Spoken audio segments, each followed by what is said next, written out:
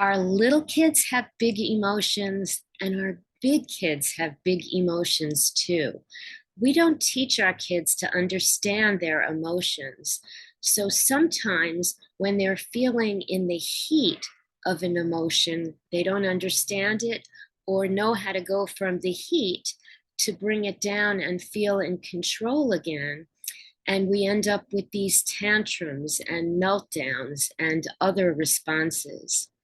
So I'm Dr. Ellen Ettinger, and today I'm going to discuss how you can teach your children of all ages emotional literacy. And again, this is a really important topic, emotional literacy for children of all ages, from infants and toddlers to tweens and teens, because we get big emotions all along. And I'm going to be discussing the types of emotions we see and how we can teach emotional literacy to our kids. So let's talk about the big emotions across the ages. And let's start with what we see with infants. So when they get upset, they cry. When they're hungry, they cry. When they wake up at night and they can't self-soothe, they cry. That's the way infants come into the world, and that's the way they communicate with us and let us know something is wrong. So the first clue is that all emotional behavior is communication. Let's talk a little bit about toddlers and young kids. So toddlers and young kids have some language, but they still don't know how to discuss their emotions or understand them. So again, when they get into the heat of the moment with their emotions and they don't know what to do with them, they scream out and yell out and act out. And we see tantrums and meltdowns and yelling and screaming and hitting and biting. And again, even though they have some vocabulary, they don't understand it, they don't know what to do or how to handle it. And they don't know how to say, Mommy, there's a toy that I really need right now. And I didn't need it 5 minutes ago, but I suddenly see my little brother or sister holding this toy, and I'm really upset and I'm really frustrated that I don't have it. And no, they don't know how to explain that or express it or what to do with that feeling. So they start yelling and screaming and they run over and grab the toy. Again, I'm going to be discussing how to teach our kids emotional literacy.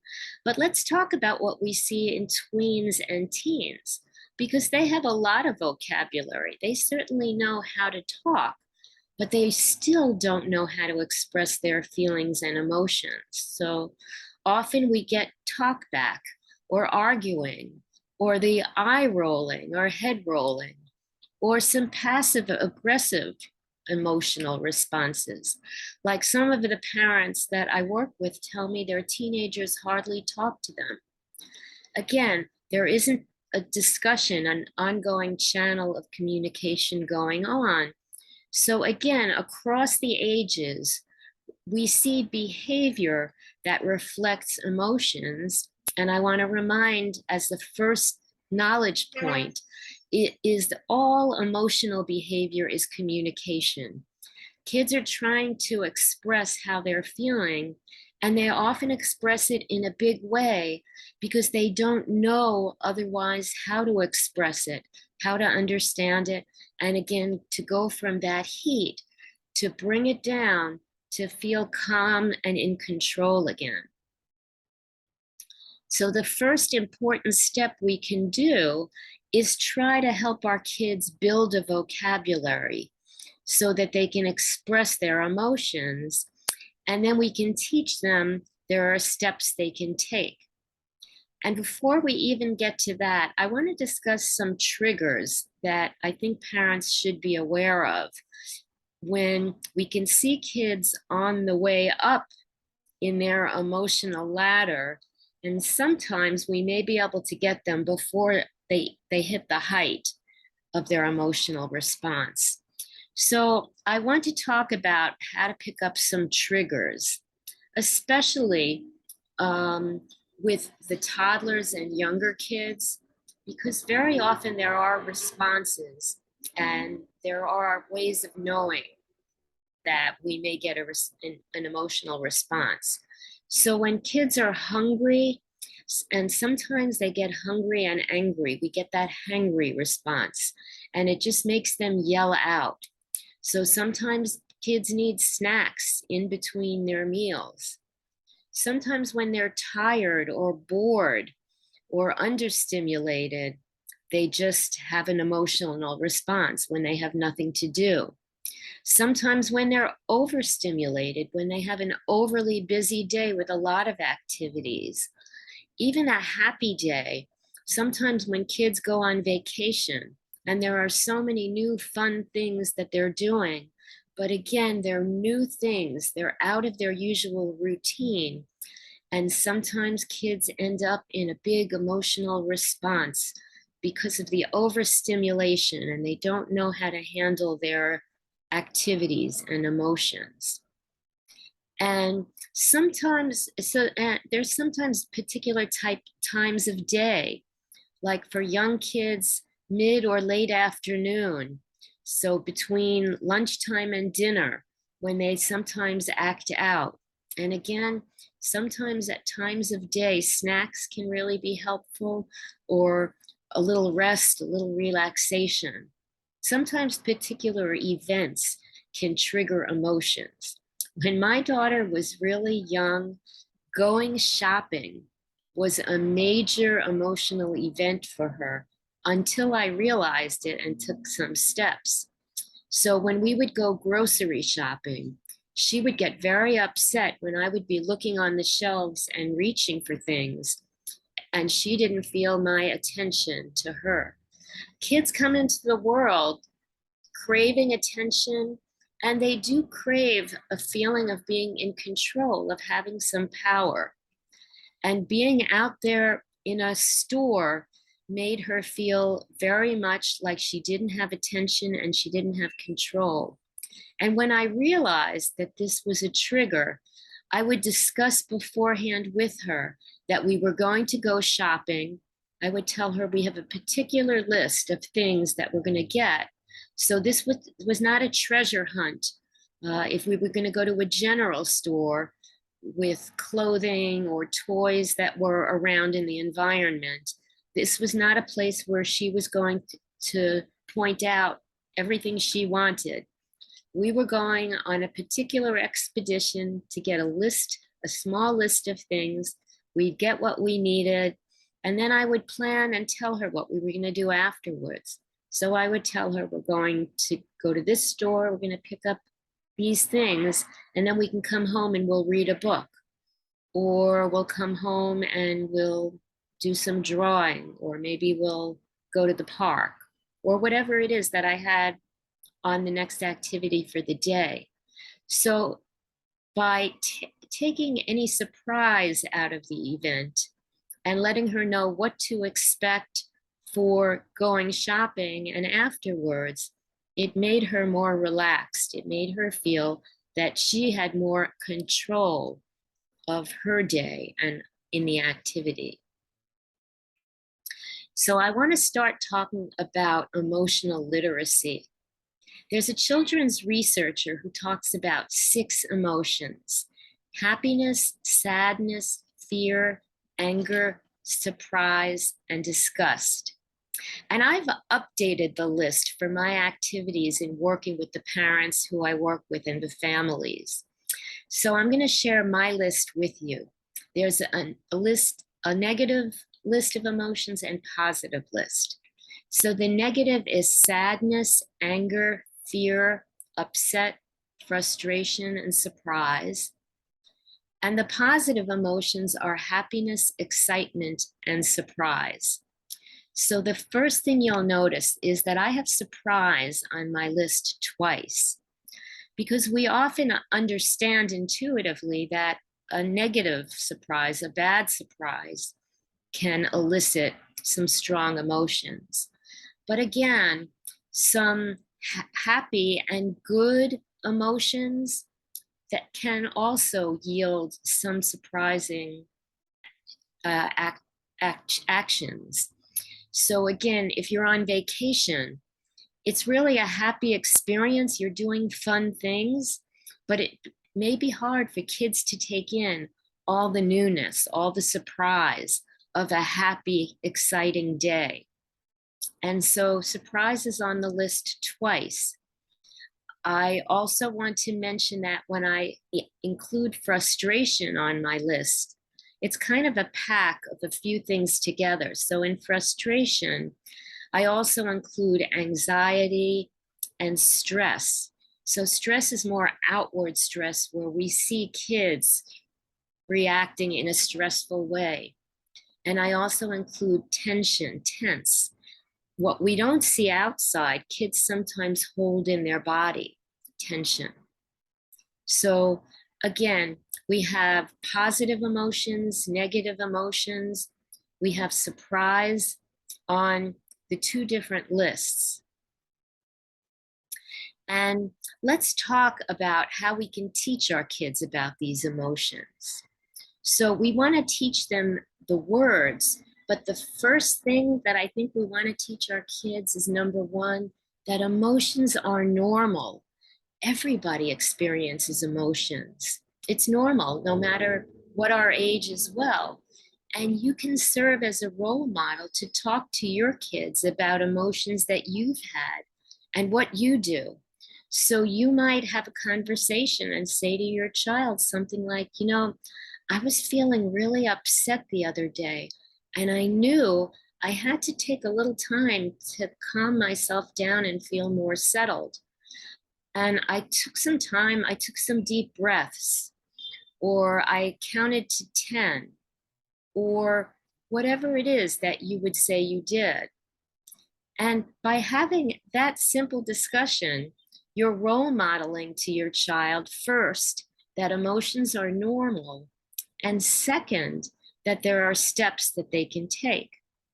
So again, when we have a conversation with our kids, we want to express first that emotions are normal, we all have them. Second, that having emotions is not wrong, it's not bad. Even bad emotions are normal. We all have them, and we all need to learn to deal with them so that we don't have to experience these uncomfortable high emotions, and that we can learn ourselves when we're feeling that way. There are steps, and I'm going to talk about them, that we can take to bring that hot level of emotion down to cool, calm, and back in control again. So, and in these conversations, I think it's important to discuss next steps that are available to us to bring these emotions down. Again, I can take some deep breaths, or I can even be more specific. I can take 5 deep breaths and see how that helps. Or I can count to 10, or I can take a little walk, or I can clap my hands. And I like to mention that because sometimes that helps me focus on something other than the hot, heavy emotion. Just clap my hands and help myself settle down. Or I can stretch my arms out. Or I can draw a picture, or write in a notebook, or listen to music. Or for the older kids, do a yoga move or meditate for kids who are old enough to understand that. But again, there are better options available to us to deal with an emotion once we understand it than living with an emotion that we don't understand and we don't know what to do. So we yell or scream or tantrum or have meltdowns. We want to have other options so that kids can know where to go and what to do when they're feeling a certain way. I also want to mention an important point. When our kids have big emotions like tantrums and meltdowns, It's often very upsetting to us as parents, and instinctively, we often feel like we want to give them a timeout or a punishment or consequences for their wild behavior, for behaving so wildly. But again, remember, all emotional behavior is communication. And the way parents sometimes give kids time out, the reason they have to keep giving kids time out over and over again is because timeout doesn't work. When a kid is having a tantrum and you insist that they take a time out and they have to physically go and sit by themselves, they're not taking a lesson. They're not following and saying, next time I feel this way, I have to bring my emotion down. They don't know how to do that. So they're just sitting there feeling upset, feeling that they were wrong to express their emotion. And sitting in a timeout doesn't in any way teach them what to do next time they feel with a heavy emotion. It doesn't teach them not to tantrum or meltdown. They don't know how to deal with their emotion if they're in that situation. So again, the answer really, and I tell this to parents and that I work with their families, the answer for kids' hot, heavy emotional reactions is not time out. It's not giving them consequences for having this wild response. It's not punishing them. Again, it gives the wrong message. It teaches them that they need to hide their emotion, not deal with it. It doesn't give them empowerment of what to do with their emotion. So again, I think to me, the answer is teaching kids emotional literacy, how to handle these hot emotions. And the parents that I work with, I also teach about creating resources for kids. So I talk about creating a table where there are a lot of tools that kids might like coloring books and crayons or puzzles or notebooks, where kids can sit and be engaged in things that they enjoy that help them feel in the flow and calm. And sometimes when you see them getting upset, and I like to call it a comfort center, I've seen some people call it a time in instead of a time out, where kids can go if they're having a heavy reaction, go take a time in. And I just don't like that term because I think it's too similar to time out. And we're giving mixed messages, I feel, when we use the term. So I like a totally different term, and I use the term comfort center. And I like to encourage kids to sit there and enjoy their comfort center all times. Not, I don't like to send them there just when they're having an emotional response. I want them to enjoy their comfort center and what it feels like to be comfortable frequently, so that when they need to call on that skill and that feeling, they know what it feels like to be calm. I also wanted to mention that there are a lot of resources, books about emotions, and most of them tend to be about the negative emotions, about what it feels like to be upset or frustrated or angry or sad. And those are good and helpful. My problem with them is that when you're just reading books about the negative emotions, and most of these books are about that, you're not really teaching your child to be in touch with their happy side as well. So I want to mention that it's important to give balanced time so kids can learn about negative emotions. But again, I also include positive emotions on my list for discussions so that kids can really be in touch with how it feels to be happy as well, how it feels to be excited and really joyous about things. So Let's talk about that vocabulary, building that vocabulary, and how to have discussions. And I think it's important or helpful to encourage kids to engage in I feel statements. So, to have discussions with kids and help them have a conversation. I feel upset when, I feel frustrated when, I feel sad when, or I feel angry when. This way, it helps them build a vocabulary to understand how they feel and how to express how they feel, and then to know there are steps that they can do to help bring that hot, angry emotion down. Counting to 10, taking deep breaths, taking a walk. Again, I talked about a lot of those activities, but I think the I feel conversations help them build that vocabulary and understanding. A second technique is to use dolls or puppets or stories in books and discuss, how does that doll feel now? Or how does that puppet feel? And what might this puppet do if they're feeling this way to feel better? What about characters in stories? How does this character feel? And another conversation is I was. So I was happy when this happened. I was sad when this happened. I was frustrated when this happened. And again, you can role model this conversation. I was upset when this happened to me, and I did this to help me feel in control again. So again, we need to build a vocabulary. We need to reassure kids that emotions are normal. They're not bad. They're not anything that kids need to hide. In fact, they shouldn't hide their emotions. They really need to learn to express them because they're all normal. Emotions are normal.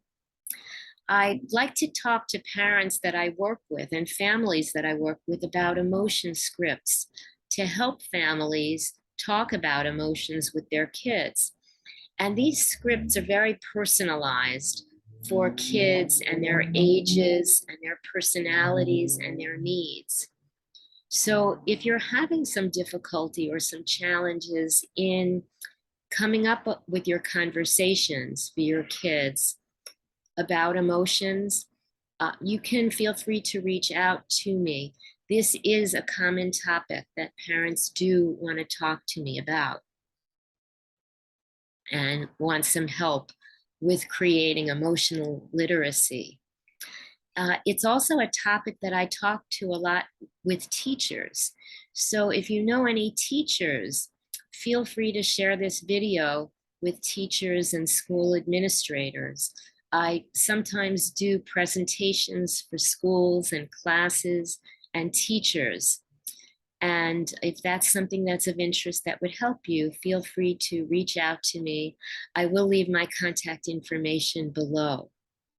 And the last thing that I wanted to mention is I am working on a song to help kids deal with their emotions. And that creative process is still in process.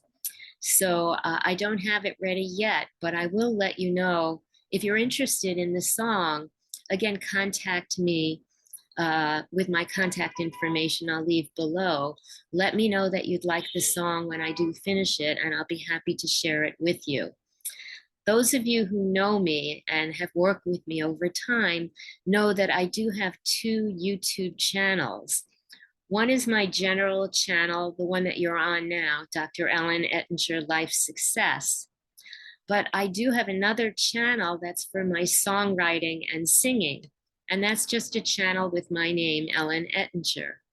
So when I finish that song about emotions for kids, I don't know if I should put it on my Dr. Ellen Ettinger Life Success channel or my music channel, or maybe both. I'm not sure yet. Either way, if you're interested in that song, contact me directly so that when I have finished it, I will know to make sure to get it to you. And again, I hope this topic of emotional literacy was helpful to you. If so, please hit thumbs up. Please share this with other parents, with teachers, school administrators, because this is a topic that I'm really dedicated to and that I feel is really important. And finally, if this was helpful, make sure that you subscribe to my channel so that you'll know when I come out with new videos. And with my song, I'll make sure that you get it.